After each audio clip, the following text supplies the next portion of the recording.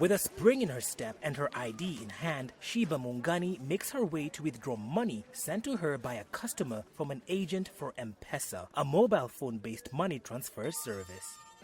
For more than 20 years, Mungani has been weaving baskets to earn a living. Access to financial credit through banks and other financial services has been a major stumbling block for her and other women from her community.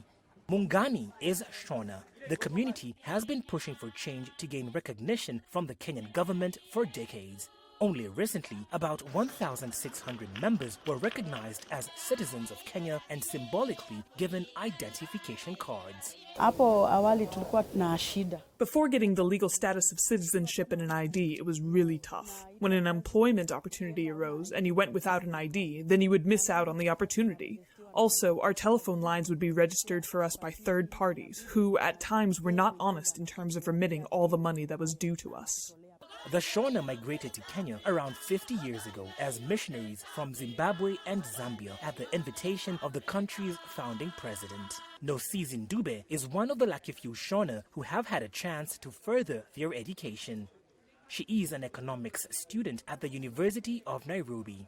In between helping her aunt sell basketware, she takes breaks to study. With a change of legal status, Ndube says she is now hopeful of scaling even greater heights. Actually, it feels very fine and very great. Right now, I'll be able to access my formal education, challenges, and formal employment also, and to be able to travel abroad to accomplish further studies, But some say the Shona still face challenges, even when some opportunities are granted. Robert Waweru is with the Kenya Human Rights Commission, an independent civil rights organization that advocates for human rights and democratic reforms. He says the community may continue to lag behind because they have historically been neglected. It will take years for them to catch up with the rest of the country in terms of their literacy level.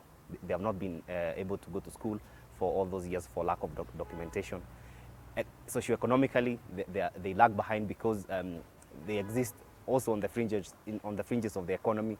It will take a longer time for them to integrate into the mainstream economy. According to the United Nations, there are about 715,000 stateless people living in Africa.